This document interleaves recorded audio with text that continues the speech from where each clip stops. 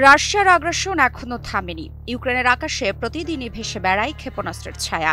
বিশ্বমঞ্চে ঘুরছে একটাই প্রশ্ন, এই যুদ্ধের শেষ কোথায়? আর সবথেকে বড় চিন্তার কারণ, কে দেবে ইউক্রেনকে সেই শক্তি যার মাধ্যমে তারা রাশিয়ার আক্রমণ ঠেকাতে পারবে? উত্তরটা এসেছে ইউরোপের মাঝ থেকে, ফ্রান্স।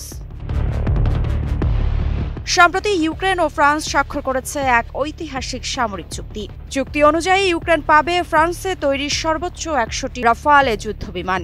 হ্যাঁ, ঠিকই শুনেছেন, ১০০ রাফালে, যা শুধু যুদ্ধবিমান নয়, আধুনিক ইউরোপীয় সামরিক শক্তির প্রতীক।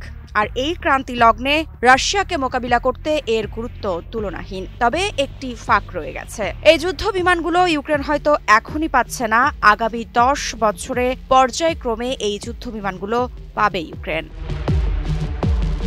ইউক্রেন ও ফ্রান্স এর এই ঐতিহাসিক চুক্তি সই হয় প্যারিসের উপকণ্ঠে ভিলা কুবলের সামরিক ঘাঁটিতে, যেখানে দুই দেশের পতাকা আর একটি চকচকে রাফালে জেট ছিল সাক্ষী ইতিহাসের নতুন অধ্যায়ে।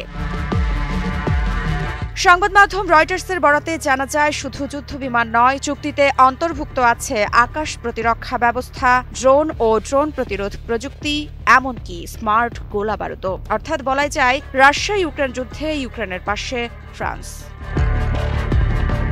এদিকে এই চুক্তির পর জেলেনস্কি জানিয়েছেন, এই চুক্তি ইউক্রেনের ইতিহাসের সবচেয়ে শক্তিশালী আকাশ প্রতিরক্ষা ব্যবস্থা গড়ে তুলবে। বিশ্বের অন্যতম সেরা প্রতিরক্ষা সক্ষমতা অর্জন করবে দেশটি।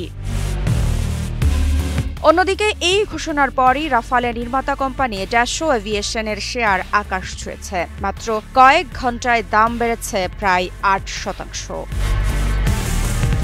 তবে ফরাসি প্রেসিডেন্ট ইমানুয়েল ম্যাক্রো অবশ্য একে রাজনৈতিক অঙ্গীকার হিসেবে দেখছেন, যা পরবর্তী পূর্ণাঙ্গ ক্রয় চুক্তিতে রূপ নেবে। তবে এখনও ইইউ দেশগুলোর চূড়ান্ত সম্মতি প্রয়োজন।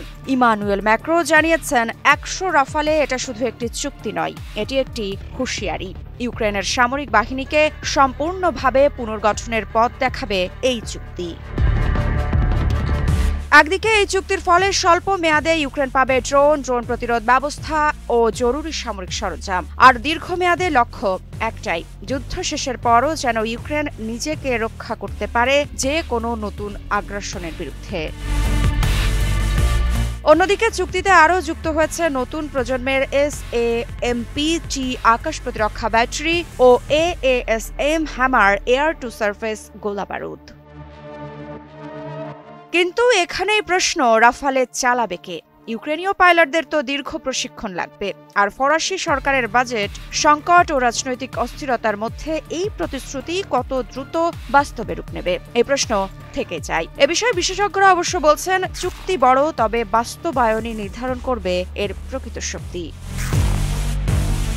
এই মুহূর্তে ফ্রান্স ও ব্রিটেন নেতৃত্ব দিচ্ছে এক নতুন উদ্যোগে, প্রায় ৩০টি দেশের একটি জোট, যারা রাশিয়ার সাথে শান্তি চুক্তির পর ইউক্রেন বা তার সীমান্তে সৈন্য ও সামরিক সক্ষমতা মোতায়েন করতে প্রস্তুত।